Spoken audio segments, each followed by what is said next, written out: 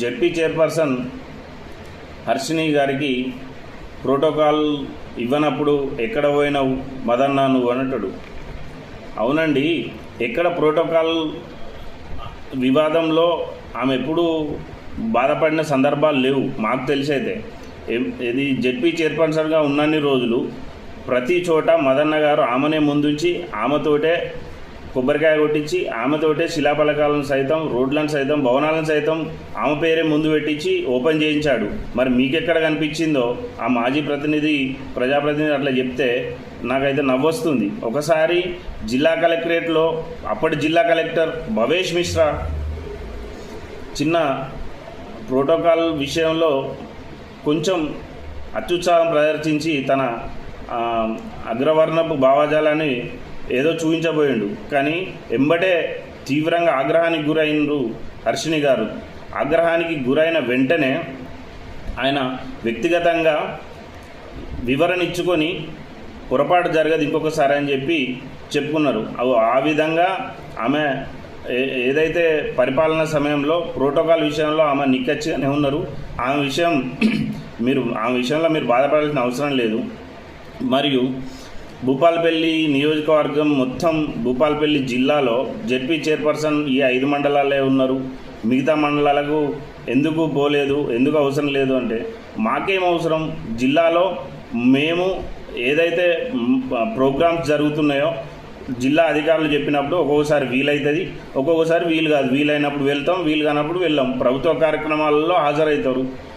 ఎవరైతే జిల్లా పరిషత్ చైర్పర్సన్ గారు సంబంధిత అధికారుల పిలుపు మేరకు అవసరం ఉంటే వెళ్ళాలనిపిస్తే వెళ్తారు, లేదంటే వెళ్ళరు.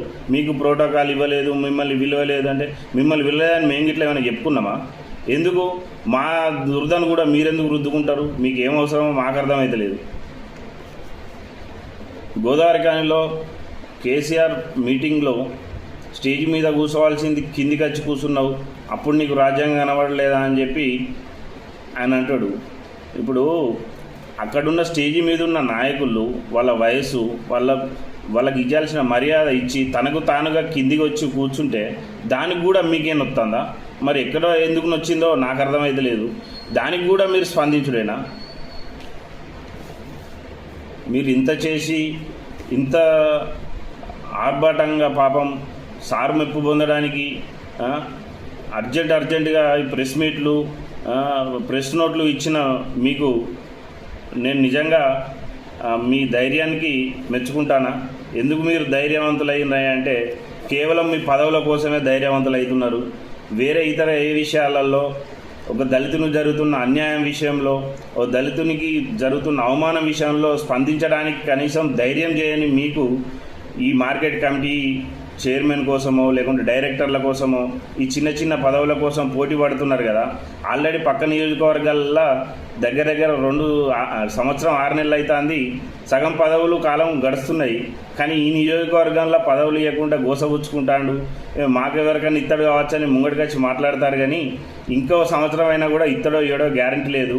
లేకుంటే మా టీఆర్ఎస్ వాళ్ళు ఇట్లా మీకు పదవులు వస్తలేవా అని చెప్పి హేళన చేస్తానన్నా మీ సార్కు ఆలోచన వచ్చి అదే పాపమని మనిషి కోటి ఎత్తాడు కావచ్చు. గంతే తప్ప వాటి కోసం తప్ప మీరు ఎందుకోసం ఈ ప్రెస్ మీట్లు పెడుతున్నారు? ఎవరికి ప్రయోజనం కారణం చేయడానికి ఈ ప్రెస్ మీట్లు పెడుతున్నారో మాకైతే అర్థమవుతలేదు. కానీ ఒక దళితులు జరిగిన అన్యాయంపై దళిత సమాజం స్పందిస్తలేదు చూసినావా?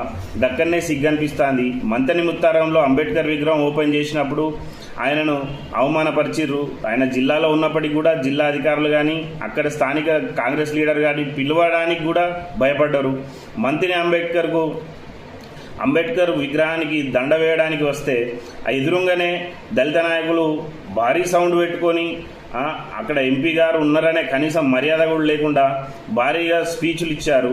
ఆయన ఒక పక్కన స్పీచ్ ఇస్తుంటే ఆ స్పీచ్ను చెడగొట్టే విధంగా ఇచ్చారు. ఇది కాదా అవమానం? ఆయన తండ్రి ఒకప్పుడు ఎంపీ వివేక్ను కూడా నియోజకవర్గంలోకి ఏ ప్రోగ్రాంకు వివేక్ వస్తుండని తెలిసినా కూడా ఆయన రాకముందే ఓపెనింగ్లు చేసేది ఈ శ్రీధర్ బాబు. అది అవమానం కాదు. ఇటువంటి అవమానాలు మీకు కనబడాయి. కానీ మీ సారును ఎవరన్నా ఏమని అనేసరికి మీ సారు కుటుంబం మీద ఎవరైనా స్పందించే వరకు ఇంతగానం చించుకుంటున్నారు. 3 ఓట్ల వాళ్ళ కోసం మీరెందుకు తిప్పల పడుతున్నారో అర్థమైతలేదు. మనందరం బహుజనులం. మన దళిత సామాజిక వర్గం కోసం ఎవరికైనా అన్యాయం జరిగితే స్పందించండి. లేదు అప్పుడు జరిగిన మరణాలన్నీ హత్యలే అన్నారు కదా, మరి ఆ హత్యలపై నిగ్గు తేల్చవా సారు? ఒక్కో కుటుంబానికి ₹1,00,00,000 ఎక్స్గ్రేషియా ఇవ్వాలని చెప్పి నువ్వు ప్రతిపక్షంలో ఆ రోజు నిలదీసినావు కదా, ఒక ఉద్యోగం ఇవ్వాలన్నావు కదా, మరి ఎంతమందికి ఉద్యోగాలు ఇప్పిస్తావు? రాష్ట్రంలో నువ్వే షీపాయి అని మేము చెప్తాను. మేము ఈడ గవర్నమెంట్ నువ్వే పరిపాలిస్తాను, గవర్నమెంటే నీ కంట్రోల్ నడుస్తుందని మేము ఈడ డబ్బా కొడతాను. మరి ఆ కుటుంబాలకు ఎక్స్గ్రేషియాల సంగతి ఏంది, ఆ కుటుంబాలకు ఉద్యోగాల సంగతి ఏందని నిలదీయండి. మీ పదవుల కోసం ఈ పోరాటాలు చేయకండి, ఈ పదవుల కోసం ఉరుకులాడకండి. ఆయన ఎట్లాగూ మిమ్మల్ని పిప్పి పీడి చేసినా కూడా పదవులు ఇయ్యడని చెప్పి ఈ సందర్భంగా మీ అందరికీ తెలియజేస్తున్నాను.